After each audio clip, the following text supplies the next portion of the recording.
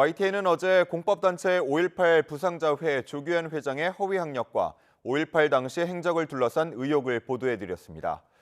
폭력 조직 연루 의혹까지 제기된 조 회장은 확인된 전과만 17개나 되는데요. 현재 불법 채권 추심과 폭행 등으로 전방위 수사를 받고 있는 조규현 회장. 자신은 결코 조직폭력배가 아니라고 YTN에 밝혔습니다. 나연호 기자가 단독 보도합니다. 돈 갚아 돈 갚아라고 막. 지난해 9월 말 당시 5.18 부상자회 자원봉사단장이던 조규현 씨의 통화 내용입니다. 돈을 갚으라고 늦은 밤에 전화해서 독촉하는데 처자식까지 운운하며 험한 말을 쏟아냅니다. 너그 딸하고 너그 아들하고 너그 말도 안 돼갖고 다 돈 받으라니까 다 네가 알아서 해. 광주경찰청 형사기동대는 이후로도 여러 차례 협박성 전화를 한 조 회장의 불법 추심 혐의 등을 내사하고 있습니다.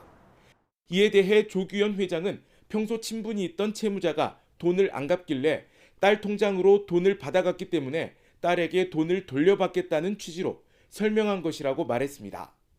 지난 1993년 검찰에 조직폭력배 구속을 전한 당시 연합통신 기사에는 피의자 가운데 한 명이 조규현 씨라고 돼 있습니다.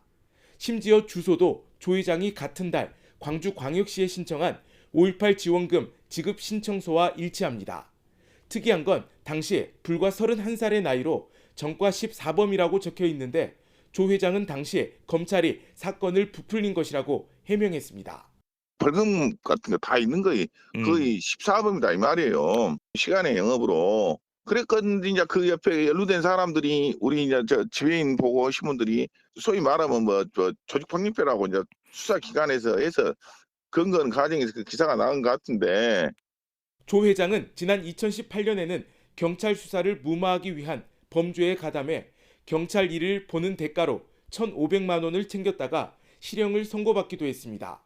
당시에는 사단법인 5.18 단체 집행부였는데 판결문을 보면 다른 범죄로 집행유예 기간인데도 피고인은 주저하지 않고 범행을 수락하였다고 돼 있습니다.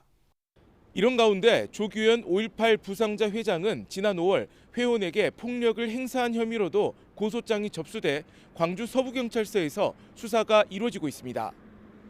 오히려 자신이 먼저 폭행에 업무 방해까지 당했다며 맞고소한 조 회장. 스스로 그동안 잘못을 씻는 마음으로 봉사단장직을 오래 수행했다면서 여러 의혹 제기는 일부 회원의 음해라고 주장했습니다. YTN 나연호입니다.